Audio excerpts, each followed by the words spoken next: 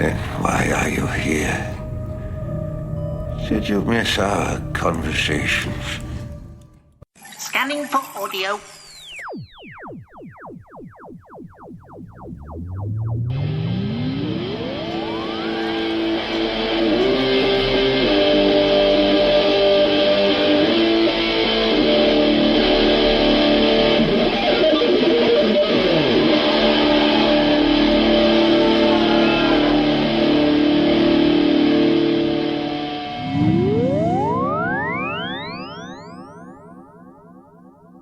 Welcome to a Tin Dog podcast going live on the 19th of September, just after the broadcast. Yes, Doctor Who's back.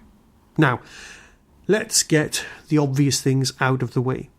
My wife suggested that this episode be called Snakes on a Segway. I thank you. That is possibly the best gag you will hear. In fact, I'd like you to go out now. Yes, you, dear listener, go out and do a little hashtag and spread the word that this episode needs to be renamed from The Magician's Apprentice to Snakes on a Segway. Go on, do it now. Have you done it? Well done, you. Welcome back. Also, and I am just trying to get these out of the way early on so I can get on with an actual proper review, I just need to say that Davros will be spending his old age, his retirement, in exactly the same way that you and me will be doing it. Watching old episodes of Doctor Who on a crappy little monitor in the corner of your ward. Or at home, just like we're doing now. Hands up everyone, and I know everyone, who finished watching this episode and went, I might just watch Genesis of the Daleks, is that alright with everyone? And before anyone could blink an eye, the disc was already in. Or, let's face it, this is the 21st century, where everything changes. So you wouldn't be shoving a disc in. You'd be accessing the Me MP4 file, or some such. So yeah. Now, can I just ask you a quick question about this?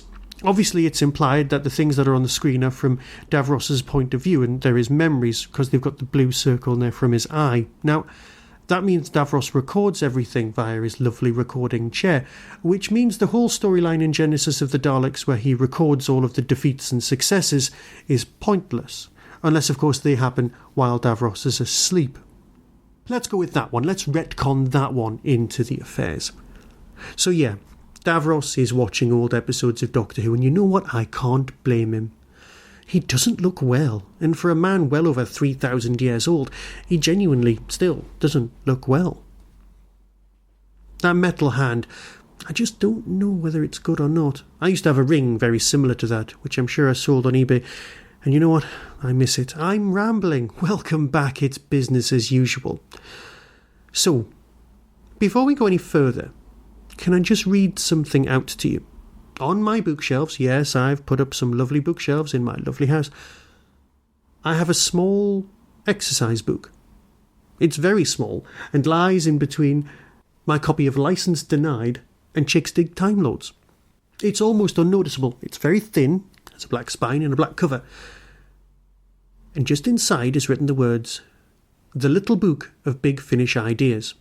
Now, a few pages in, it says this.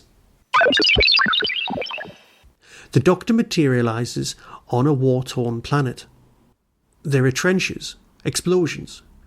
Almost by accident, the Doctor manages to save a soldier. The battle continues. The crew get back into the TARDIS and travel forward in time to see what the outcome of the war was. It is only then that the Doctor realises that the information in the TARDIS is wrong. Something is very wrong with the universe. When they materialise again in the future of this world, the world is at peace, at least on the surface. They are gearing up for war. They have giant spaceships ready to jump into the universe. On board these spaceships are very, very big robots, all horribly beweaponed, and they appear to be sentient in nature. The human-like creatures wander and work with them in unison. The Doctor and the crew discover that these are the Thals, both the mutated Thals from the war and the non-mutated Thals in charge. This is the beginning of the Thal Empire. The Thals are more ruthless and more dangerous than the Daleks could ever have been. You get to see the darkness that could have happened, because the person the Doctor saved from the explosion where he lost the use of his legs was Davros. The Doctor has no choice but to go back in time and make sure these things don't happen. That's from the little book of Big Finish ideas. Obviously, I'll never be able to use that now because of this remarkably better told story. Yes, Thal Empire would be brilliant, but it's just not going to happen. It's a load of fan nonsense. And on the subject of fan nonsense, let's discuss this particular Doctor Who story. What have we got? Well, let's look at my little note. Yes, of course I had the feelings of disappointment before this programme. I always fear that the world is just waiting to rediscover that Doctor Who isn't particularly very good. Perhaps that's my fault, my flaw, thinking that there's something wrong with our beloved show. Perhaps. But let's face it, we have an A plot, a B plot, and very little Doctor till about halfway through. Yeah, we've got the setup where you go, oh, it's Davros. How long, hands up again, how long was it before you thought that it was Skaro? Yes, there's that line in Genesis of the Daleks where it said, strange. Centuries between these two weapons. What's that on his jacket? Radiation detector and gas mask. The two things don't go together, do they? Part of his uniform is made of animal skins, and yet the combat jacket is a modern synthetic fibre. Like finding the remains of a Stone Age man and a transistor radio. Playing rock music? 1,000-year war. Civilization on the point of collapse. What? Nothing. Just theorizing, that's all. And that's fair enough. That's a bit of a giveaway. And if you've heard the audio as many times as me, then you, like me, will always have that in your head.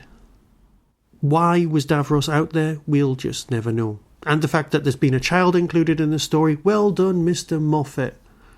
Yes, of course, the whole plot revolves around Tom Baker's line of, listen, if someone who knew the future pointed out a child to you and told you that that child would grow up totally evil, to be a ruthless dictator who would destroy millions of lives, could you then kill that child? But you know what? So what? Could he do it? Probably not. He's our Doctor. But let's face it, Capaldi's Doctor's a lot more Pertwee Doctor. And Pertwee shoots first, regardless of any computer-generated graphics. I'm off topic. So, your A plot is your Davros-based search for the Doctor, Mr. Snakes. Your B plot, well, that's the stuff based on Earth with Unit and the Master. Is it me or... Now, I know Missy's doing a brilliant performance. Yes, she's great. She's much better than John Sim. Right? Even the face is angular enough to be, well, Roger Delgado's daughter. And the Scottishness, I don't know why that's oozing out. Is she trying to be like the Doctor? Yes, the whole definition of love and friendship and things being older than the Earth and all that nonsense. Just laid on there for us fans to argue and bicker over. Well, I, for one, am just going to skate right over it. Especially the three things and one of them was a lie. We'll never find out and we never really care. Missy's not very good at being a woman. What she is good at is being the Master, and that's all that really matters. The business with the snipers and the aeroplanes, ideal for broadcast. Originally in, let's guess this right, if Doctor Who was broadcast on time, it would have been, I don't know, around September the 11th or September the 12th for that episode. Can't really show that one then, can you? Bit of bad taste. So let's knock it on a week. Let's put it on the 19th, where it's not quite as obvious that there are planes full of people stuck in the air, hanging around as weapons. Leave it. Yes, let's leave it. So how long was it before you thought, it's Skaro? 10 seconds, 20 seconds, a minute? Did you not get it till Davros was announced? Have you been avoiding spoilers? I don't know. Be honest with yourself, if not with me. So, we have something at the beginning that I can only call the Russell T Davies checklist. Very nice. Very good. Very, very Russell. I love the Jadoon. I always have. And it's not just because they've got lovely new rocks. Whatever happened to my new rocks? I'm not the man I once was. Getting back to this, the Jadoon are brilliant. And all of the other characters, including, weirdly, a blowfish from Torchwood. What's going on there? Do you think they're just moulds that they had lying around in order to try and get that whole Star Wars cantina thing going on? It's a shame that the nice blue-faced man just wasn't there, but you know what? Let's not hold that against him. I, for one, would have liked him to appear, but perhaps he's going to turn up a bit later. It's also, well, I don't want to say old school. The old stuff with Davros is very old school. But the stuff that's, well, searching, it's very old new school, if you see what I mean. It's very Russell T Davies. Where's the Doctor? He's over there between the land and the sky next to the sweeping gazelles. No. So where's the Doctor? Everyone seems to know Mr. Snakes, and that's absolutely fine, because that sort of thing happens in Doctor Who all the time. Why Mr. Snakes is a servant of Davros and not, a Dalek or a Dalek servant or something like that, I don't know. And of course they are a parliament, they are a democracy of snakes. Is that the collective term? It really should be. So you've got the pointless search. And you know what? The other plot line lasts just long enough for you to forget that this other plot search is going on. And that's absolutely fine. So, you've got the Master, doing what the Master does best, being a plot device. Because, let's face it, it's not really needed except in order to get Clara from Earth, from her job. Oh, her job. Yeah, let's just go there. Now, call me old-fashioned, but I don't think there are many English teachers would talk about one of the writers' abilities to do some sort of kiss. I'm thinking that would be giving the kids a bit too much ammunition in order to take the mick out of them. Because let's face it, once you're in high school, it is a bit of a war between you and them. It's not as much fun as it appears on telly. Don't give the kids ammo. It's just not on. Now, she also tells the kids to use the hashtag. The hashtag of the planes have stopped. Possibly the longest hashtag known to man, which should be the new hashtag. Hashtag really long hashtag. Or really long pointless hashtag. Yeah, let's go with that one. You don't need to search with hashtags. I'm being told these things. I'm not on Twitter. I must activate that automatic account. I've rambled. Please forgive me. So, you've got your main storyline now, where there's a lovely scene where everyone's drinking coffee, and there's the chat, of course, and then there's the hitmen, and everyone likes the Brigadier. Oh, new scientific officer. Hello, can I just say, science fiction credentials, it's the scientific officer from Bugs. I'd love to think that this is a Bugs and Doctor Who crossover, and it's very unlikely, because that means that Bugs was the antecedents of the Avengers, which you've got Doctor Who in the Avengers universe, and then we're all in a whole Alan Moore knows the score kind of thing. I'm so all over the shop. Which kind of brings us rather not so nicely to, well, the Doctor turning up, finally, halfway through. You've kind of forgotten it's his show at this point. And then he turns up, yes, riding a tank, making an entrance, playing his guitar, doing, well, it's the equivalent of Pertwee driving around in lots of cars. You see, I'm talking down on this programme as if I didn't enjoy it, and I know I did. I know I enjoyed it. I know I was carried along by the narrative. I was picked up and I was exported somewhere. But there are bits of it that just annoyed me. And the guitar playing, yeah, that's it. It's Pertwee in his cars. It's McCoy and the Spoons. Yes, Capaldi's Doctor in the band of doctors would be the one on lead guitar. And as for the shades, well, let's hope they're important at some point. I don't quite get it. Is this the first Doctor to be wearing sunglasses? And I don't mean Count Colin Baker's still photographs of him in the background in Seville. And so the plot takes us rather nicely, all three of our, and I'll use the word heroes, and the reaction of Missy, oh yes, the reaction of her not being the nemesis, very, very good. And then of course, we go to Collector's Corner. The one thing that distracted me the most was the collection of Daleks. Absolutely all of the loveliest of Daleks were there, apart from obviously, well, the new paradigm, whatever you want to call them, Skittles, Teletubby Daleks, nonsense like that, but they weren't there. The Time Controller Dalek, yeah, beautifully constructed classic Daleks. But what it reminded me of was when I was a kid, I used to collect Star Wars toys. Star Wars figures. But they were quite expensive. They were almost £1, and that was way beyond my budget. 99p from Phoenix. That was when they first came out. And of course I wasn't going to shell out for lots of things. So as always I thought, I'll collect one of each. Which is fine unless you think about it. Because one of the things that I bought was a Stormtrooper. One Stormtrooper. You've got a Darth Vader and a Stormtrooper. And possibly a TIE Fighter Stormtrooper because they looked different. There were kids out there. You saw them. You knew them. They were never you. They were other kids. They're the ones who had, like, say, 10 Stormtroopers or something like that in order to have that nice scene where everybody's lined up. Probably 12. Anyway, it was beautifully things. They were lovely to see, but it just reminded me of that. This was a kid's shelf. It was a kid's toy shelf. And what he'd done is he'd collected one of each kind of Dalek, and he didn't like the new Daleks. So obviously it's not a kid's shelf, it's an adult Doctor Who fan.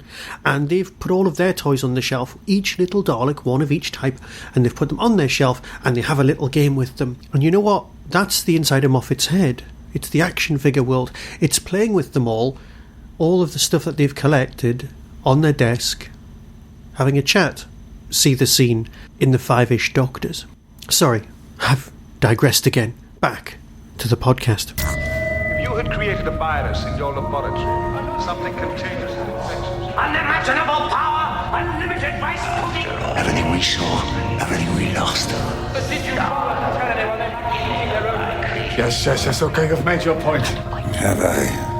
No, we don't. We've skipped a bit. Let's go and chat with Davros. Do. Chat with Davros. Everyone likes a chat with Davros. And yeah, you know what? Davros is right. All you ever do with Davros is chat. Let's have a conversation. Let's do some philosophizing. Well, you know what? Fair enough. It's chatting. That's what we like. Davros is not well. Capaldi's messed up. He doesn't know what to do. He doesn't know how to fix it. Perhaps he's the person who just shoots him in the legs, and that's why he ends up in a wheelchair, and that's why he ends up fighting the universe. Well, you know what? So what? It was nice because in Genesis, Davros does not believe in the existence of aliens and other planets, and you know what? The little kid goes, what do you mean another planet? These things all fit. They matter to us, and they are lovely. I personally would have preferred, well, you know, the Big Finish Davros guy to have taken on the role one more time, instead of, say, Julian Bleak coming back. But that's fine, you know, he did a perfectly good job last time, and it's nice to have a repeat of actor. So yeah, you've got your Doctor's Dilemma. But again, back to my original point, why is this called The Magician's Apprentice? Why is next week's called The Witcher's Familiar? I'm sure that's more part of some overriding story arc. This is not going to end well. Everyone gets shot. The fact that everyone got shot means that very probably no one got shot. And you've got a lovely cliffhanger. Now, in these worlds of box sets and binge watching, the cliffhanger is a strange and rare creature. I've not seen it for a long time. And it's odd to have it here, and it made me cross. It made me cross in a way it never made me cross as a child. Because I just wanted to watch the next episode, and I wanted to watch it with all of my heart so much. So bring it on. Bring on next time. It'll all be alright. So until next time, when we'll be talking about something Doctor Who related, and I'm sure there'll be podcasts midweek, be seeing you.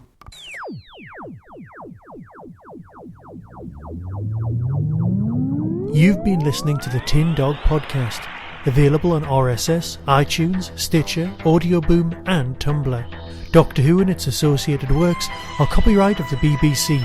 No infringement is intended. You can contact the show, donate, buy merchandise, or find out more about my other projects by visiting the Tin Dog Podcast homepage and clicking on the links. The Tin Dog Podcast is a founder member of the Doctor Who Podcast Alliance.